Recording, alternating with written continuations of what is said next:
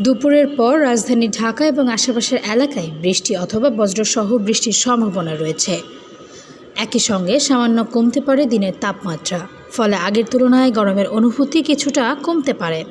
রোববার বাংলাদেশ আবহাওয়া অধিদপ্তরের ঝড় সতর্কীকরণ কেন্দ্র থেকে প্রকাশিত সকাল 7টা থেকে পরবর্তী 6 ঘন্টার জন্য ঢাকা ও পার্শ্ববর্তী এলাকার আবহাওয়ার পূর্বাভাসে এসব তথ্য জানানো হয়েছে। এতে বলা হয়েছে, আকাশ আংশিক মেঘলা থেকে অস্থায়ীভাবে মেঘলা থাকতে পারে।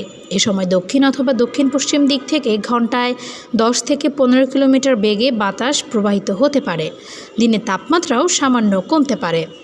এদিকে সকাল 6টায় ঢাকায় তাপমাত্রা ছিল 24.3 ডিগ্রি সেলসিয়াস এবং বাতাসের আর্দ্রতা ছিল 91%। আর গতকালের সর্বোচ্চ তাপমাত্রা 34.6 ডিগ্রি সেলসিয়াস এবং আজকের সর্বনিম্ন তাপমাত্রা 24.1 ডিগ্রি সেলসিয়াস রেকর্ড করা হয়েছে। এছাড়া গত 24 ঘন্টায় ঢাকায় 4 মিলিমিটার বৃষ্টিপাত রেকর্ড করা হয়েছে বলেও জানানো হয়েছে। Desk report, সমযোগ।